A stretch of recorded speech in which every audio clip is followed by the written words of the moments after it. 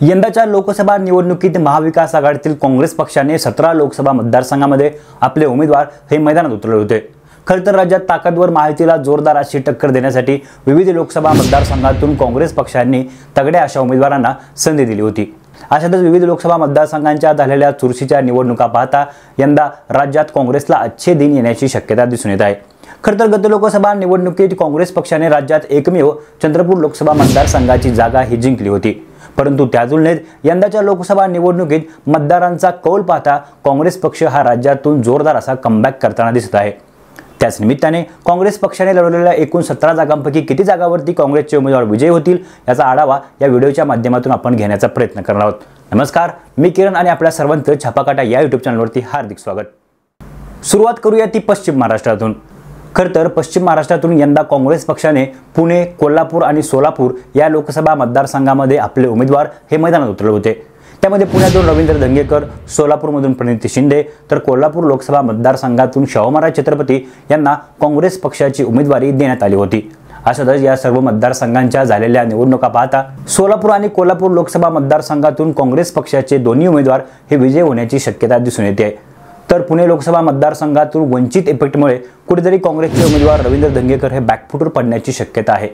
त्यामुळे पश्चिम महाराष्ट्रातील एकूण 3 लोकसभा मतदारसंघांपैकी 2 लोकसभा मतदारसंघांमध्ये यंदा काँग्रेस पक्षाला विजय मिळताना दिसणार आहे।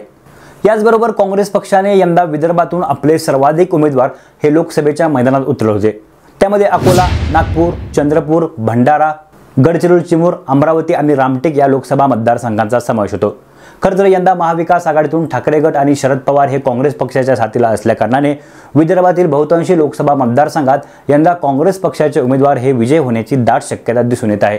त्यामध्ये रामटेकमधून श्यामकुमार बर्वे, अमरावतीमधून बळवंत वानखेडे, चंद्रपूरमधून प्रतिभा धानोरकर तर गडचिरोली चिमूरमधून नामदेवराव किरसाण यांचा विजय हा निश्चित मानला जात आहे।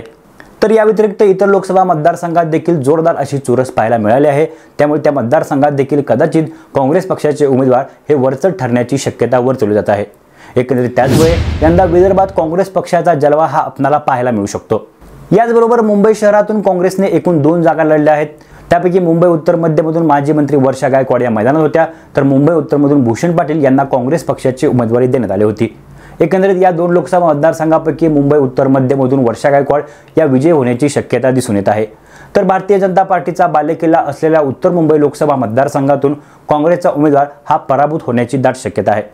याचबरोबर मराठवाड्यातील नांदेड, जालना आणि लातूर या 3 लोकसभा मतदारसंघात काँग्रेसने आपले उमेदवार हे मैदानात उतरले होते। त्यापैकी नांदेडमधून वसंतराव चव्हाण यांचा विजय हा जवळपास निश्चित मानला जात आहे। तर लातूर लोकसभा मतदारसंघातून देखील काँग्रेस उमेदवार डॉक्टर शिवाजीराव काळगे यांनी भाजपला जोरदार अशी लढत दिल्याचं पाहायला मिळालं। त्यामुळे लातूर लोकसभा मतदारसंघातून देखील काँग्रेसचा उमेदवार हा विजय होण्याची शक्यता आहे। एकूणच त्यामुळे मराठवाड्यामध्ये देखील काँग्रेस पक्षाला 2 जागा मिळण्याची शक्यता आहे। तर उत्तर महाराष्ट्रातून धुळे आणि नंदुरबार या लोकसभा मतदारसंघात काँग्रेस पक्षाने आपले उमेदवार हे लोकसभेच्या मैदानात उतरवले आहेत। त्यापैकी नंदुरबार लोकसभा मतदारसंघातून काँग्रेसचे गोवाल पाडवी यांचा विजय जवळपास निश्चित मानला जात आहे। तर धुळे लोकसभा मतदारसंघात कुठेतरी काँग्रेस ही बॅकफुटला पडण्याची शक्यता दिसून येत आहे। एकंदरीत राज्यात काँग्रेसने लढलेल्या सर्वच लोकसभा मतदारसंघामध्ये यंदा जोरदार अशी चुरस पाहायला मिळाली, परंतु राज्यातील महायुती सरकारबद्दल असलेली नाराजी तसेच ठाकरे आणि पवार गटाने काँग्रेसला दिलेली खंबीर साथ पाहता राज्यात काँग्रेसला यंदा चांगलं यश मिळताना दिसणार आहे। एकंदरीत त्याचमुळे काँग्रेसने लढलेल्या एकूण 17 लोकसभा मतदारसंघांपैकी 10 ते 11 लोकसभा मतदारसंघात काँग्रेस पक्षाचे उमेदवार हे विजय होण्याची शक्यता आहे। खरं तर हे सर्व गणित पाहता राज्यातून काँग्रेसला पुन्हा एकदा अच्छे दिन आल्याचं पाहायला मिळत आहे। एकूणच महाराष्ट्रातील काँग्रेसच्या एकूण 17 उमेदवारांपैकी कोणकोणते उमेदवार हे या लोकसभा निवडणुकीत विजय होतील असं आपल्याला वाटतं हे आपण आम्हाला नक्की कळवा। आणि या संपूर्ण व्हिडिओ जर आपल्याला आवडला असेल तर या व्हिडिओला शेअर करायला आणि चॅनलला सबस्क्राईब करायला विसरू नका। तोपर्यंत धन्यवाद।